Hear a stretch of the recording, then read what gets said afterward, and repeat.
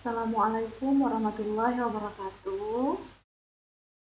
Selamat bertemu kembali Ananda. Ibu berharap Ananda semua selalu dalam keadaan sehat dan masih tetap semangat dalam mengikuti pembelajarannya. Baiklah, pada hari ini Ibu akan membahas tentang pembahasan soal uji kompetensi tentang sistem koordinat kartesius matematika kelas 8. Nah, pembahasan soal ini sekaligus menjadi kisi-kisi UH yang akan kita laksanakan pada pertemuan nantinya. Baiklah, langsung saja untuk soal pertama. Di soal ada di LKPD Ananda nomor 1. Sumbu X pada bidang koordinat digambar dengan garis yang posisinya. Jadi, pertanyaan nomor 1 ini menanyakan tentang posisi sumbu X itu digaris dengan posisi yang apa? Yang pertama, A tegak, kemudian B vertikal, C horizontal, dan D diagonal. Nah, untuk menjawab pertanyaan ini, Ibu rasa Ananda pasti sudah tahu jawabannya, namun tetap akan Ibu bahas. Kita lihat ini adalah garis tegak dan ini adalah garis mendatar. Di mana garis tegak itu sama dengan vertikal dan garis mendatar sama dengan horizontal. Sedangkan yang ditanya adalah sumbu X. Jadi yang garis tegak adalah Y, kemudian yang mendatar adalah X. Jadi sumbu X itu posisinya ialah mendatar atau horizontal. Jadi nomor 1 ini jawabannya adalah C. Kemudian Ibu lanjutkan ya, soal nomor 2. Koordinat titik A 12, -2, titik A berada di sebelah titik-titik sumbu Y. Nah, untuk pilihannya A adalah atas, B adalah bawah, C adalah kanan, D adalah kiri. Jadi yang ditanyakan ini adalah posisi titik A ini berada di sumbu Y di sebelah mana? Nah, untuk menjawabnya kita perlu membuat gambarnya di bidang kartesius. Nah, di sini Ibu sudah buatkan. Kita lihat nih, titik A itu berada di 12, -2. 12 ini X, berarti kita lihat di mana X12, sumbu X12 yang ini ya. Kemudian Y-nya adalah -2, -2 di sumbu Y. Nah, ini adalah -2 di sumbu Y. Jadi kalau kita kasih garis titik-titik, nah kita dapatkanlah posisi titik A ini berada di sini dia. Nah, yang ditanyakan ialah titik A ini berada di sebelah mananya sumbu Y. Ini kan sumbu Y nih. Kita lihat ini adalah sumbu Y. Jadi titik A berada di sebelah kanan sumbu Y. Jadi jawabannya adalah C. Untuk menjawab soal ini Ananda perlu menggambarkan dulu di mana letak titiknya ya. Jadi jawaban dari soal ini ialah C, sebelah kanan. Karena yang kita perhatikan dia dari sumbu Y, ini sumbu Y. Nah, ini titiknya. Jadi dia berada di sebelah kanan ya Ananda. Baik, Ibu lanjutkan soal nomor 3. Koordinat titik B 11, -11. Titik B berada di sebelah titik-titik sumbu X. Nah, sekarang dia menanyakan posisi titik B terhadap sumbu X. Kita lihat pilihannya terlebih dahulu. A atas, B bawah, C kanan, D kiri. Nah, seperti soal nomor 2 sebelumnya, kita bisa menjawab soal ini dengan menggambarkan posisi titiknya terlebih dahulu. Jadi kita lihat titik B ini berada di 11, -11, di mana 11-nya X dan -11-nya Y. Kita gambarkan dulu dia dalam bidang kartesius. Kita buat sumbu X dan sumbu Y-nya. Kemudian langsung saja kita lihat di sini X-nya 11, Y-nya -11. Lalu kita gambarkan X-nya 11 dan Y-nya -11. Jadi langsung bisa kita lihat posisi titik B-nya. Nah, sekarang yang ditanyakan ialah berada di sebelah sumbu X. Yang kita perhatikan adalah sumbu mendatar, sumbu X ini. Nah, ini kan sumbu Y, tapi di soal nomor 3 dia minta kita perhatikan posisinya terhadap sumbu X. Nah, kalau dengan sumbu X, apakah dia berada di atas, di bawah, di kanan, atau di kiri? Yang kita perhatikan kan sumbu X nih. Nah, ini dia sumbu X. Kalau sumbu X, ini berarti dia berada di bawah. Ini kan sumbu X ya Ananda bisa lihat ini sumbu X.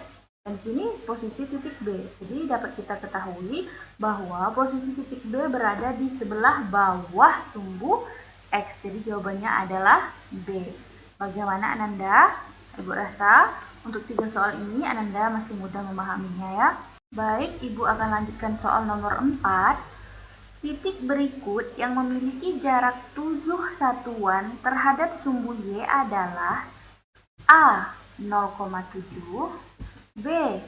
17,-7, C. Negatif 7,12, D. 17,-13. Nah, untuk menjawab soal ini, kita bisa menggambarkannya di bidang kartesius. Setelah kita menggambarkan, baru kita tahu, kita cobakan satu-satu mana titik yang berjarak 7 satuan terhadap sumbu Y.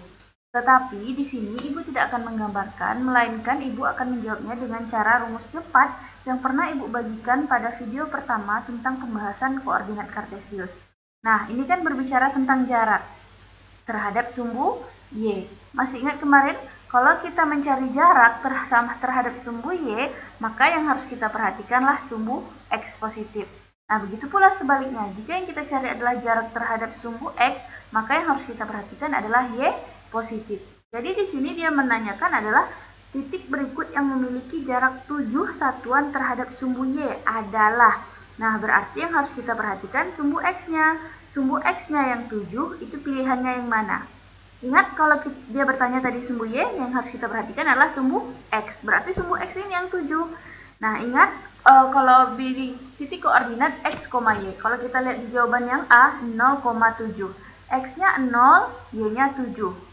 Nah, berarti bukan, karena yang harus kita cari adalah X-nya tuh 7. Kalau yang B, X-nya 17, Y-nya negatif 7. Nah, ini Y-nya yang negatif 7, sedangkan yang harus kita cari adalah X-nya yang 7. Nah, yang C, X-nya negatif 7, Y-nya 12, dan yang D adalah X-nya 17, dan Y-nya negatif 13. Di sini sudah dapat kita lihat dengan jelas bahwa jawabannya adalah C. Kenapa C? Karena C ini X-nya yang 7. Ingat, pada jarak kita harus jawabannya harus selalu positif. Walaupun negatif titiknya, maka jaraknya tetap positif 7. Nah, jadi jawabannya adalah C. Bagaimana Ananda? Apakah bisa dipahami?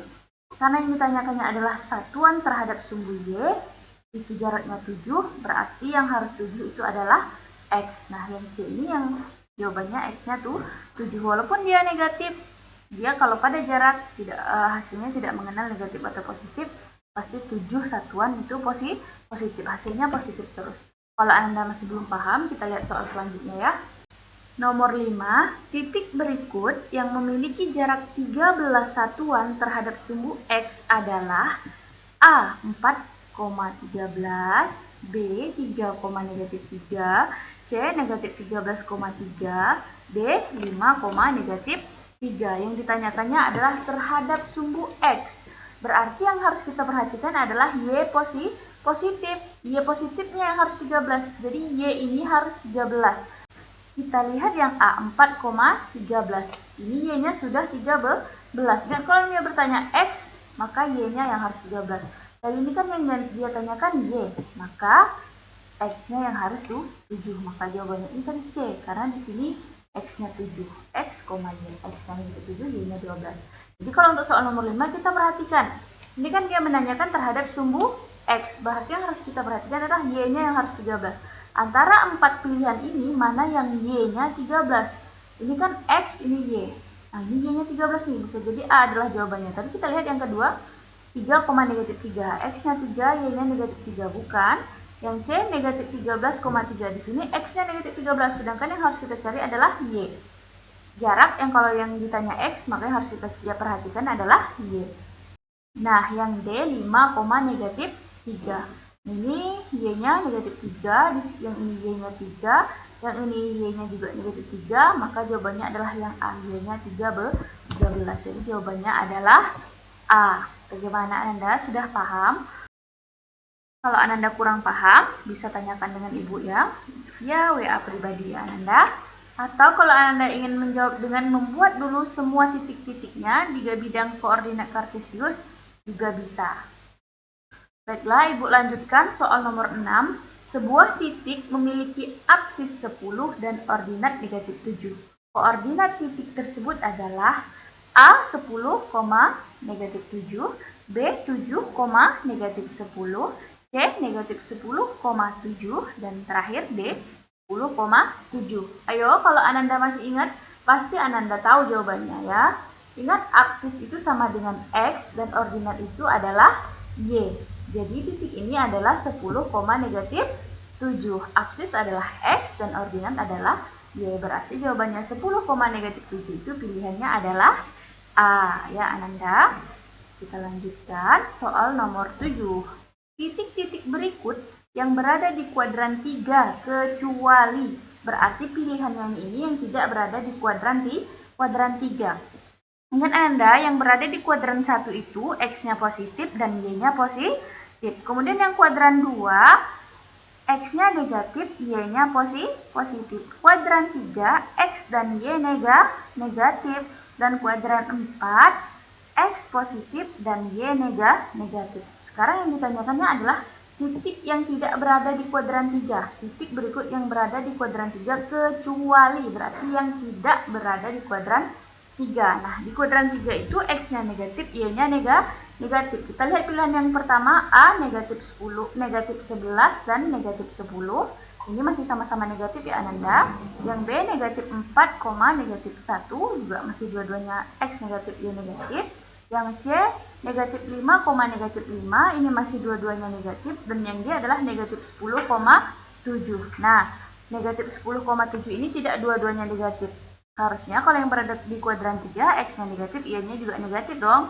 Berarti dapat kita ketahui jawabannya adalah D ya Ananda. Baiklah, Ibu lanjutkan Ananda untuk soal selanjutnya. Di antara titik A posisinya 0,5, B negatif 12,5, C 8,3, dan D negatif 20,12. Yang letaknya paling kanan adalah yang A ialah titik A, yang B adalah titik B, yang C adalah titik C, dan yang D adalah titik D. Nah, sekarang Ananda lihat nih, untuk menjawab soal ini Ananda langsung bisa menganalisisnya.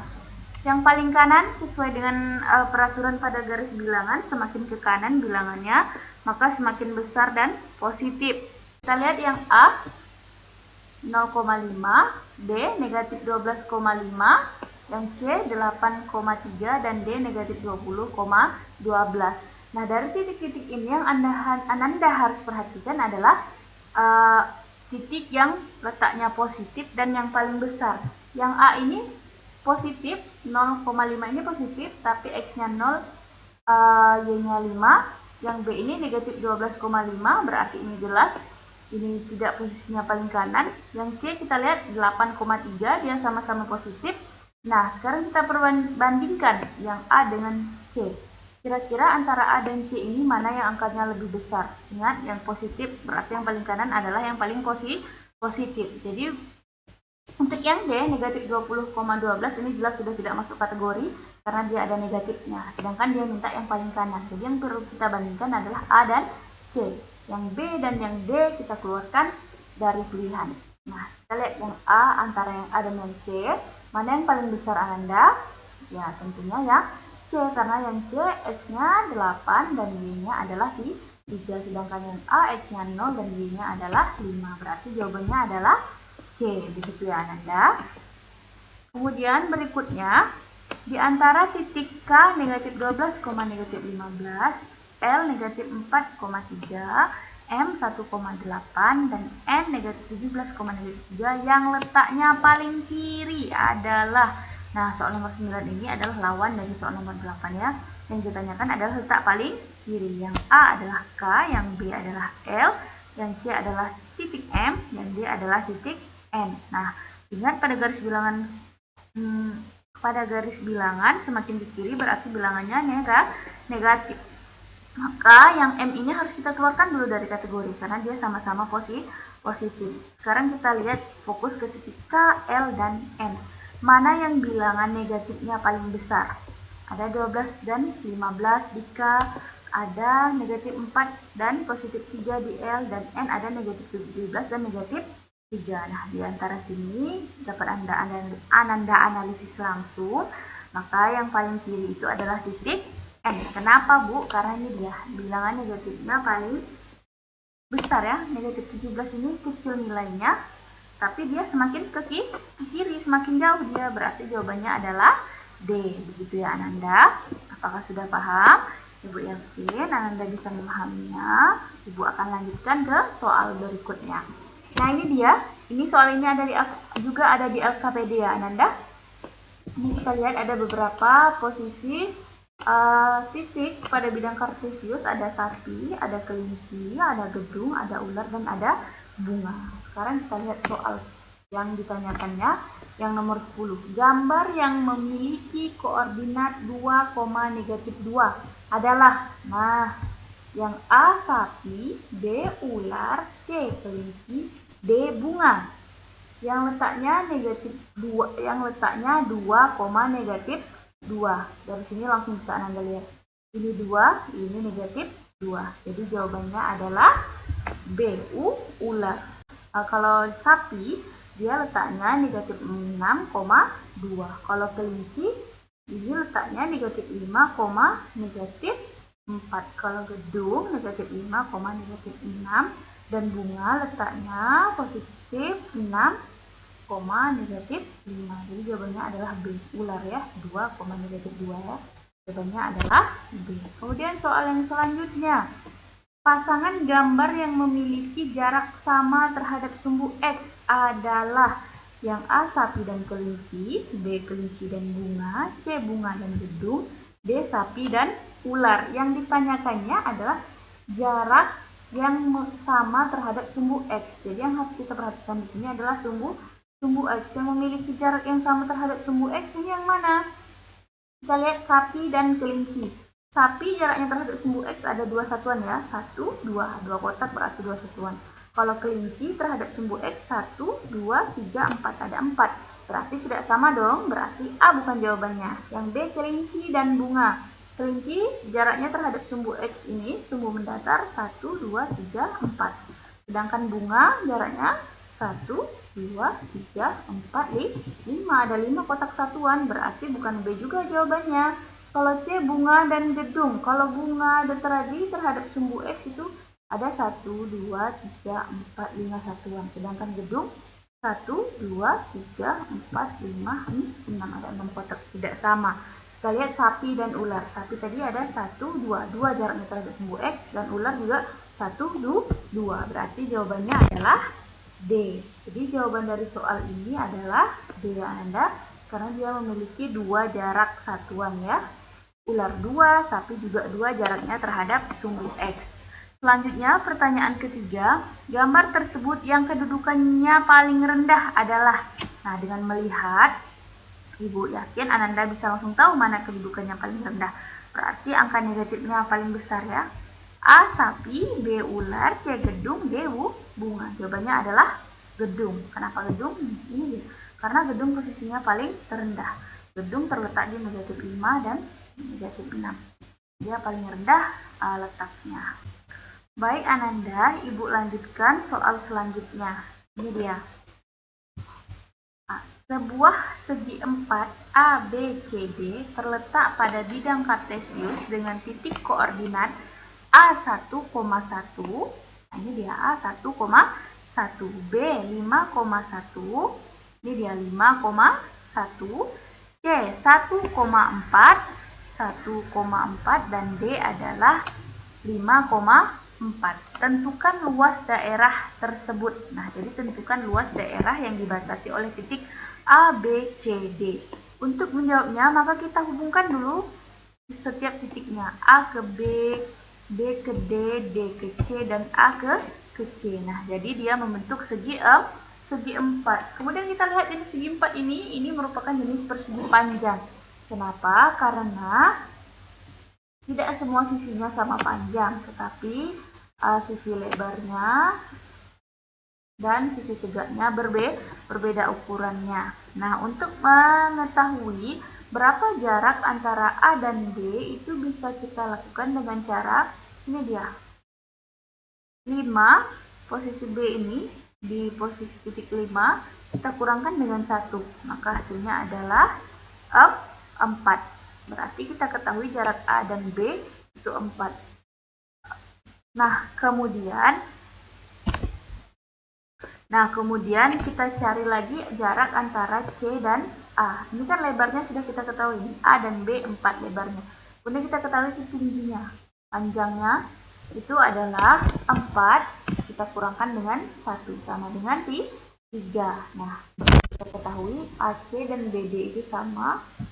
Kemudian AB dan CD itu jaraknya sama. Jadi AB jaraknya sama dengan CD. Berarti bisa kita tulis 4. Kemudian BD dan CA itu sama 3. Nah, untuk menyelesaikannya, untuk menentukan rumus luas daerah persegi panjang itu adalah panjang kali lebar. Berarti panjangnya 3, lebarnya 4.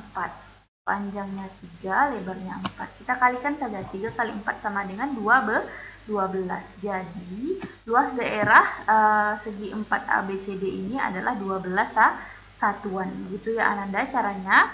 Yang pertama kita tentukan titiknya, kemudian kita batasi dia dengan garis, kita bentuk dia dengan sebuah garis. Kita lihat dulu bangun apa yang dihasilkan dari garis yang telah kita hubungkan. Nah, untuk menghitung luasnya kita tentukan berdasarkan bangun yang didapatkan dari hasil penggabungan titik-titik tadi Ananda, seperti yang ini. Setelah kita gabungkan dia membentuk persegi panjang. Kemudian menghitung jaraknya kita kurangkan saja. 5 kurang 1, kemudian 4 juga dikurang dengan 1 untuk mencari tingginya. Setelah dapat, kita salin ke dalam rumus ya Ananda.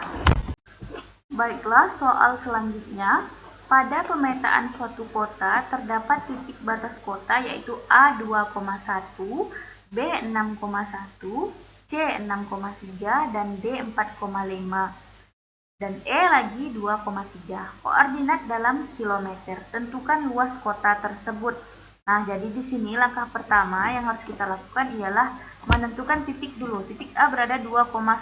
Nah, ini dia titik A, 2,1. Ini 2,1 titik A. Kemudian B 6,1. 6,1 berarti di sini Ananda 6,1 ini titik B. Kemudian C 6,3. 6,3 itu titik C. 6,3 di sini ya Ananda di C. Dan D adalah 4,5. 4,5.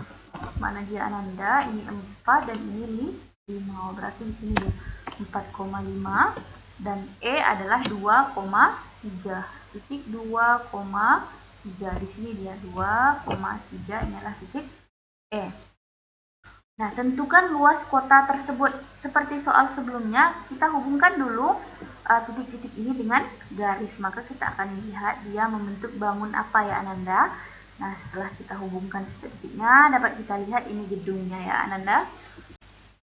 Maka dapat kita lihat dari penggabungan titik ini dia membentuk sebuah kota. Nah, yang ditanyakan adalah luas kota. Seperti sebelumnya, langkah pertama yang harus kita lakukan adalah tentunya menentukan jaraknya. Jadi antara A dan B itu kita kurangkan 6 dengan 2. Ini B kan terletak di X-nya kan 2.